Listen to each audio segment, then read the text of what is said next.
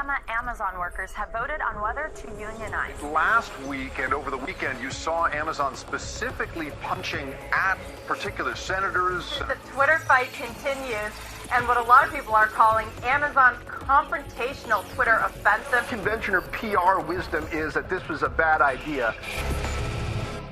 Hello, I'm Richard Gizbert, and you're at The Listening Post, where we don't cover the news, we cover the way the news is covered. Here are the media stories we're examining this week.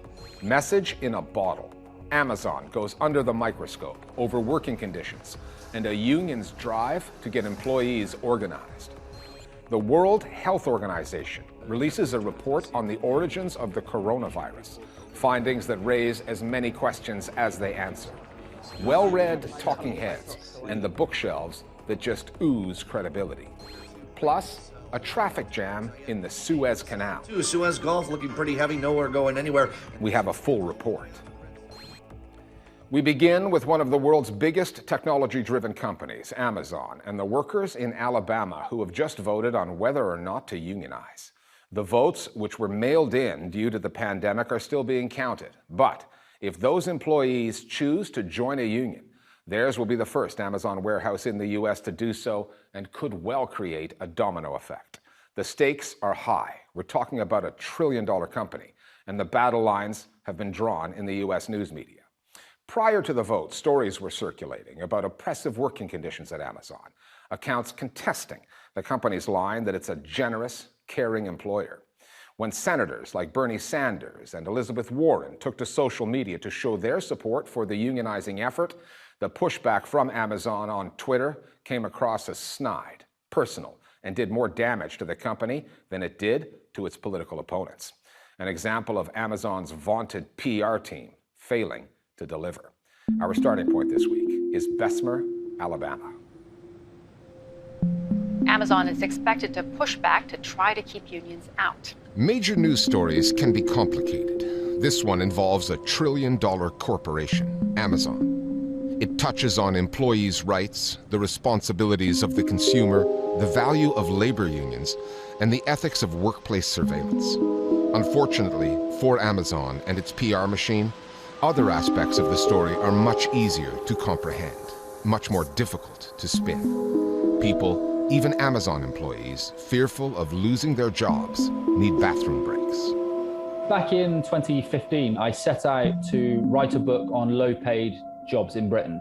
I ended up at Amazon because they were recruiting at the time. And every time there was this meeting, an Amazon manager would be admonishing us to speed up because they said, we're clocking up too much idle time. There were no stoppages, only when I went to the bathroom. And then one day, during my shift, I was walking down a aisle in the warehouse, and there's, a bottle of liquid on the shelf, and, the penny dropped. Someone had done that because they were afraid to take a bathroom break. And I can say unequivocally that absolutely happens. It happens so frequently that, documents leaked to me from folks in Amazon shows that they have it memorialized in formal processes saying, here's the punishment if you're caught leaving a bottle of urine in your car. We need to stop this from happening. And, these memos show that happening not, once in a while, but so frequently that they had to bring this up with employees so that the public doesn't see and know what's going on. For years, Amazon's workers have complained about harsh employment practices, punishments for sick days, pay cuts for showing up late, and being under constant surveillance.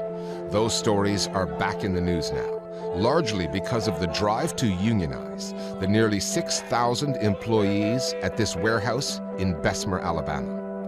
Amazon has fought hard to keep unions out of its American operations. And when Democratic Senator Bernie Sanders tweeted his support for the unionizing effort, the company took the gloves off on Twitter. Usually, Amazon's Twitter game is measured, carefully conducted. Not this time. Dave Clark, who is the CEO of Worldwide Consumer at Amazon, he started tweeting in response to news that Bernie Sanders was going to visit Bessemer to support the workers. He often calls Amazon the Bernie Sanders of employers. by which he means, it's a progressive workplace. And they actually deliver a progressive workplace, so they're different from Sanders, that Sanders, is all talk, no action. He mentioned that Amazon workers have health care and that they have a $15 minimum wage. And so it really seems to be Bernie Sanders' visit to Bessemer that set off this sort of meltdown. If these tweets had come out, maybe even in 2019, I don't know if they would be getting as much attention as they are right at this exact moment.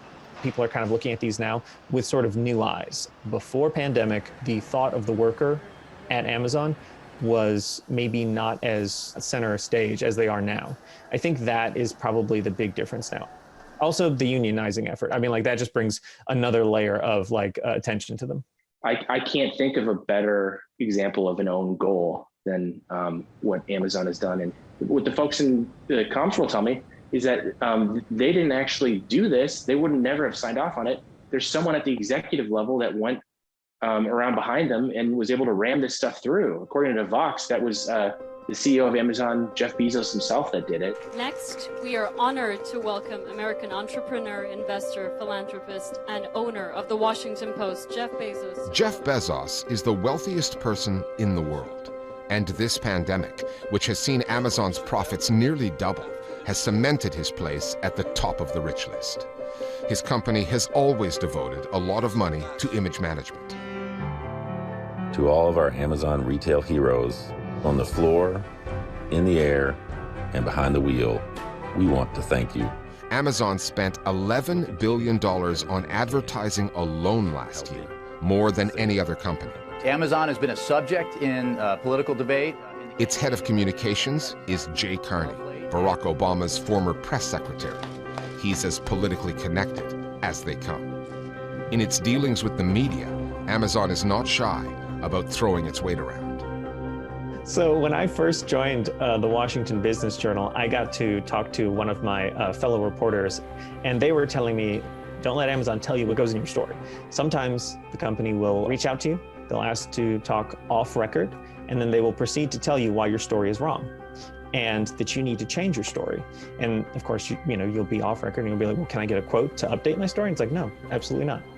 And if you don't change it, they will go around and tell people that your story is wrong. There's a new book out shedding light on brutal working conditions at Amazon fulfillment centers. When my book came out, Amazon would try to discredit me.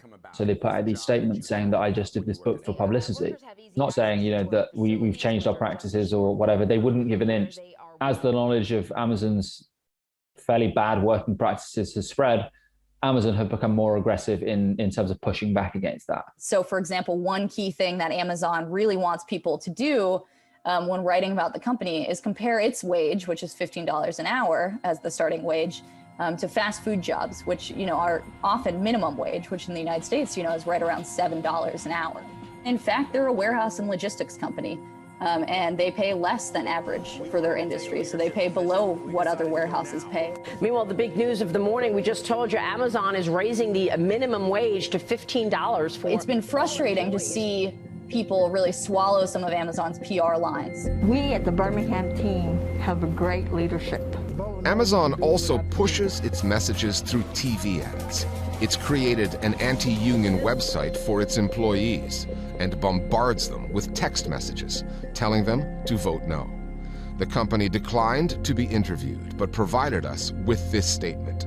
Amazon already offers what unions are requesting for employees: industry-leading pay, comprehensive benefits, opportunities for career growth, the ability to communicate directly with the leadership of the company. Nowhere in its statement did Amazon acknowledge the grievances employees have raised about their work environment and the surveillance technology used to monitor their every move. As for their ability to communicate with management, reporters who deal with Amazon employees say that's not how they see it on the warehouse floor. This is a classic line every company uses when trying to fight a union. They paint the union as a third party that's going to come between you and the manager, right? Working people has been devalued for a long time. So Jennifer Bates is one of the workers at the Bessemer warehouse who has been leading the union effort. And Jennifer said, we don't have a relationship with management. We have a relationship with an algorithm.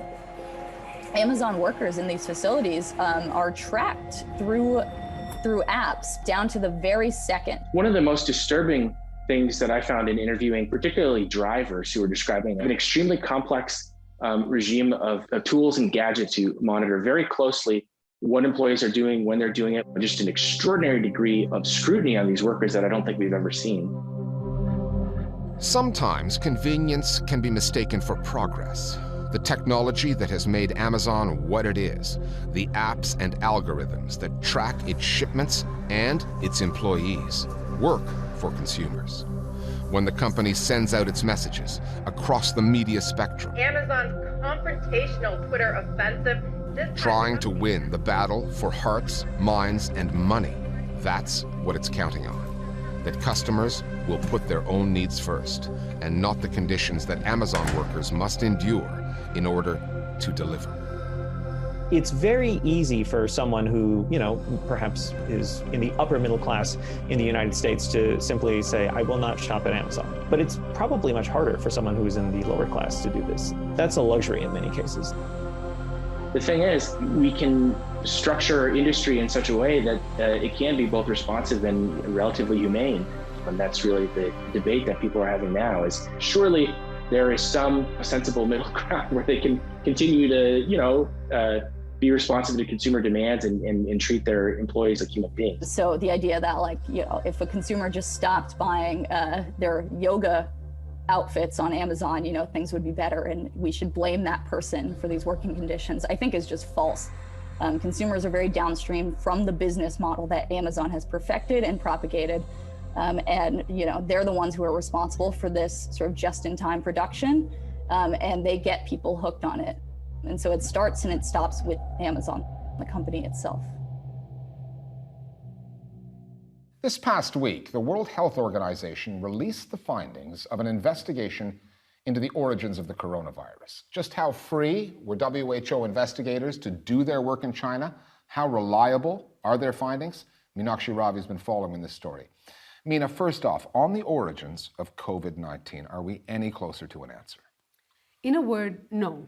The WHO report says the virus most likely jumped from animals to humans, and it refers specifically to the wildlife food markets in the city of Wuhan. It also says it's extremely unlikely that the virus was leaked from a lab.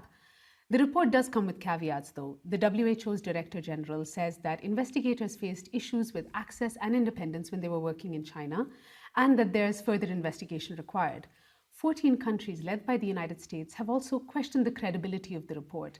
And that narrative of doubt has dominated media coverage worldwide. And what kind of reaction have you seen from Beijing? The Chinese government seems happy with the report. They say it indicates China's openness to the world. Beijing is less satisfied with the global response. The spokesperson for the Chinese Foreign Ministry has tweeted asking when the United States will show the same level of transparency that China has done, hinting, not for the first time, that the virus originated in the United States. The tone on Chinese media has been similar. The China Daily put out a piece in which they said, quote, Western politicians and media outlets are intent on making the research into the origins of the pandemic a political tool to serve their purpose of impugning the integrity of Chinese authorities. Then there's the story of the BBC reporter who had to leave China allegedly over concerns for his safety. What are the details there? The reporter is the BBC's John Sudworth. He's been in China for 9 years and now has had to relocate to Taiwan. The BBC hasn't specified exactly why he had to leave, but it did say that his reporting has exposed truths that the Chinese authorities did not want the world to know. Sudworth has produced reports on the treatment of Uyghurs in Xinjiang. These are reports that the Chinese government has not been happy with. We're turned back at checkpoints. We'll pay. Stopped from filming. We'll pay. Questioned and followed. Sudworth says he and his team have faced obstruction and intimidation wherever they've tried to film. Another example of the openness that Beijing's been talking about. The message doesn't exactly square, does it? Not really. Okay, thanks, Meena. With the pandemic forcing so many of us to work from home, all kinds of talking heads, from pundits to politicians, have had to redefine their natural environments. So you've been seeing a lot of bookshelves. They're the perfect solution. They provide a little visual texture, they don't distract, and they create the impression, whether accurate or not, that the talking head has actually read the books, maybe even written some of them. Creating a backdrop can be an exercise in self-branding. It sends a message, and it speaks to your alleged credibility before you utter a word. This book flaunting has led to a new genre of media critique, bookshelf analysis. It was inevitable. The Listening Post's Flo Phillips now on judging a person, including a colleague, by their bookish backdrop.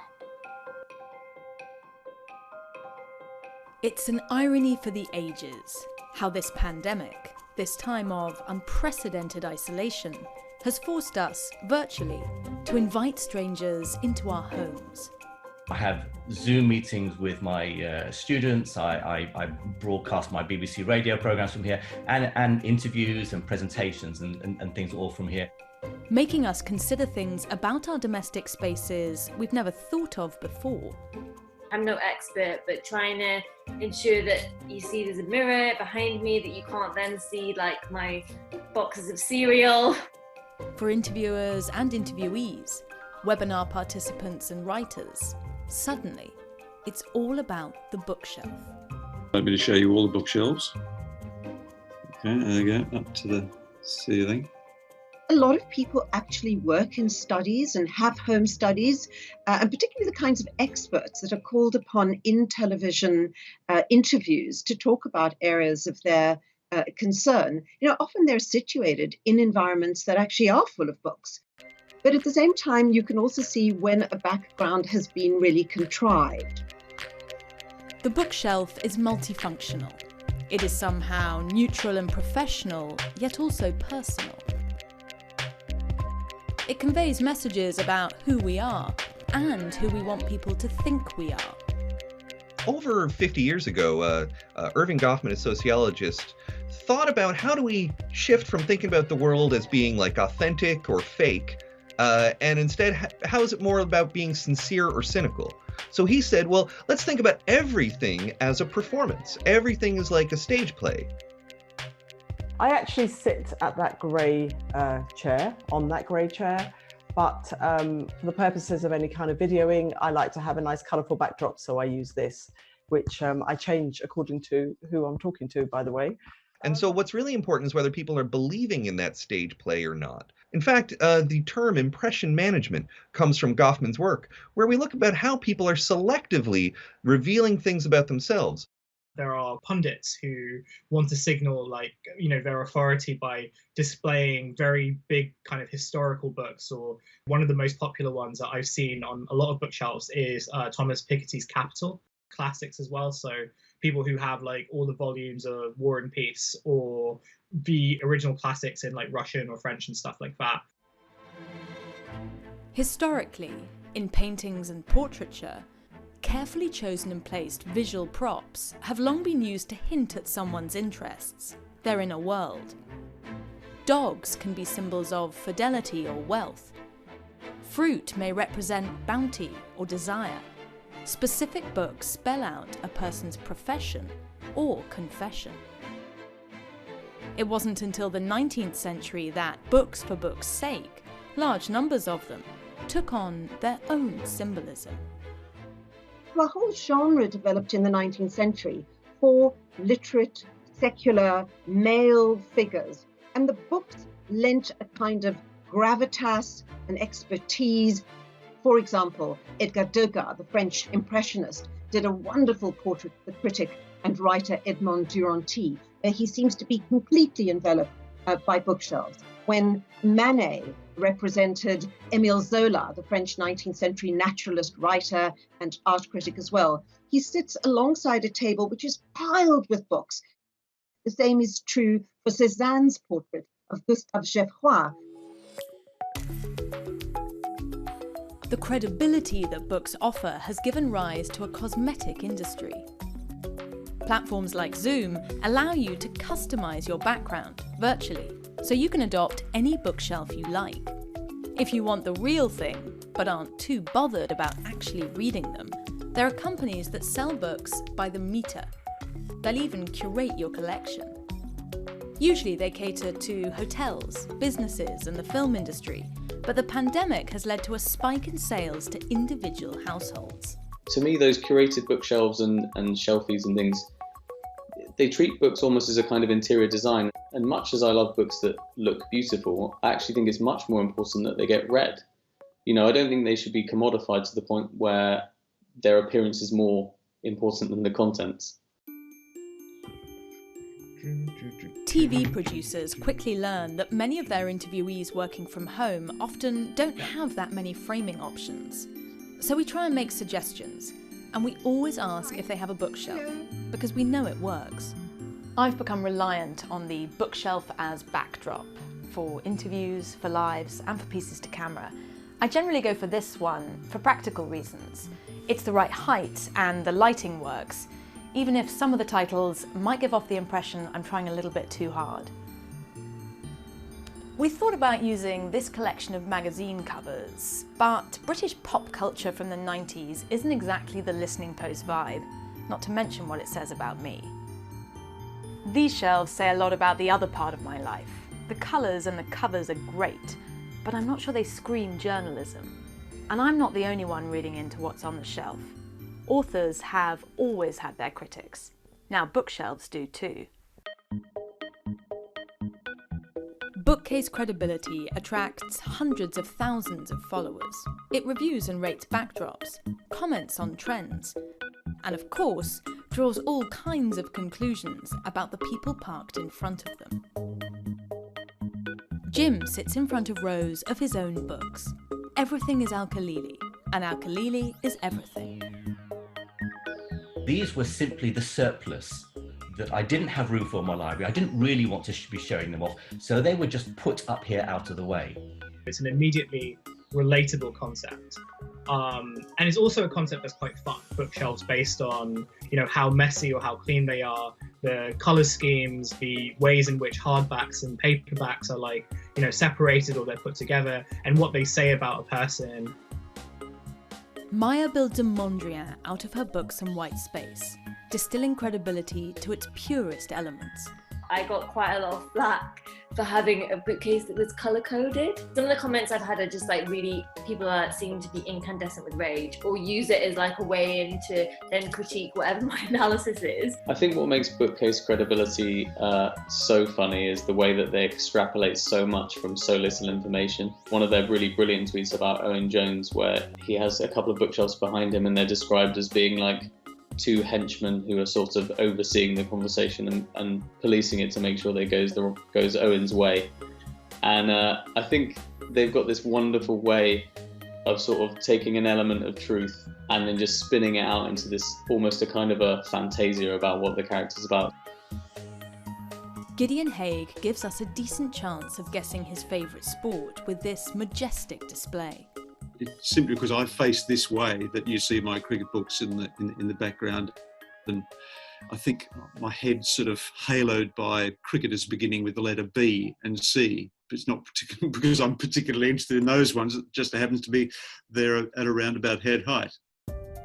Our presenter, Richard Gizbert, conducted interviews from home for the first 9 months of the pandemic. He got the bookcase credibility treatment last June, perhaps their way of declining our interview request. Richard Gizbert seeks to put us at ease, as if he's invited us back to his hotel room to see his credibility. If things go well, he might give us a song.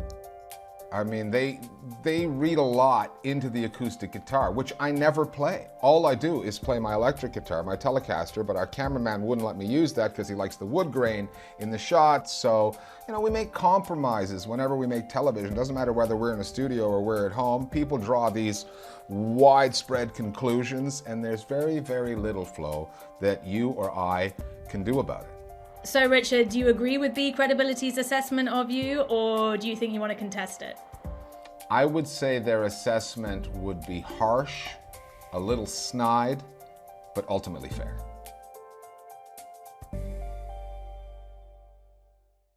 And finally, when capitalism gets stuck in the mud, the grounding of that container ship in the Suez Canal created an absolute meme fest online. There was something about those images, an absurdly large ship packed with cargo, grounded, somehow blocking an estimated 12% of global trade, getting excavated by a miniature digger.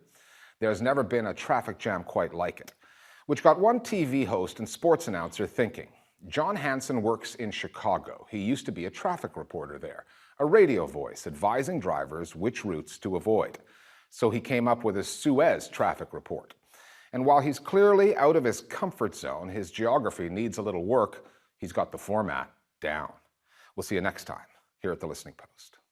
Suez Canal traffic report ever given, ever stuck in just south of the fresh food market on 23 Jewel. Nothing doing north or south. Let's head to the north. You can see Gapers delays real heavy here, especially as you get closer to Great Bitter Lake, where everyone's just stuck and bitter themselves. Heading up to the north, nothing doing here too. Breaks all the way up to the Port Said. Same to the south too. Suez Gulf looking pretty heavy, nowhere going anywhere. And this extends all the way out to the Red Sea. Red Sea more like red brake lights for the as far as the eye can see. Now your alternates as we zoom in out here and look to the south around the Ethiopian coast, Djibouti, nothing doing there. We're going to have to go all the way around down south. Now your alternate Madagascar, you can go left or right. Both lanes are open all the way around Cape Horn. Now this will take you 10 days. It'll certainly save you the 5 or 6 you'll be stuck there.